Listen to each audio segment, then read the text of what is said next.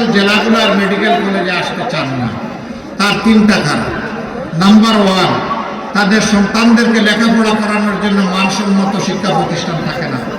Number two, নিজেদেরও স্বাস্থ্যসেবা নেওয়ার মতো পর্যাপ্ত ব্যবস্থা থাকে না।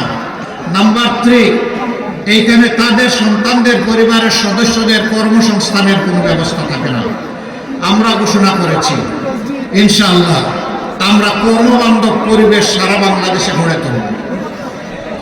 মানসম্মত শিক্ষা প্রতিষ্ঠান গড়ে তুলব, প্রাইমারি থেকে একদম ইউনিভার্সিটি পর্যন্ত। 18 কোটি মানুষের দেশ, এই দেশে শিক্ষা ব্যবস্থাকে ঠিক না করা পর্যন্ত জাতিকে ঠিক করা সম্ভব নয়। একটি বেটার এডুকেশন ছাড়া একটা বেটার নেশন আমরা গড়তে পারবো না। এই জন্য শিক্ষায় অবশ্যই আমরা গুরুত্ব দেব।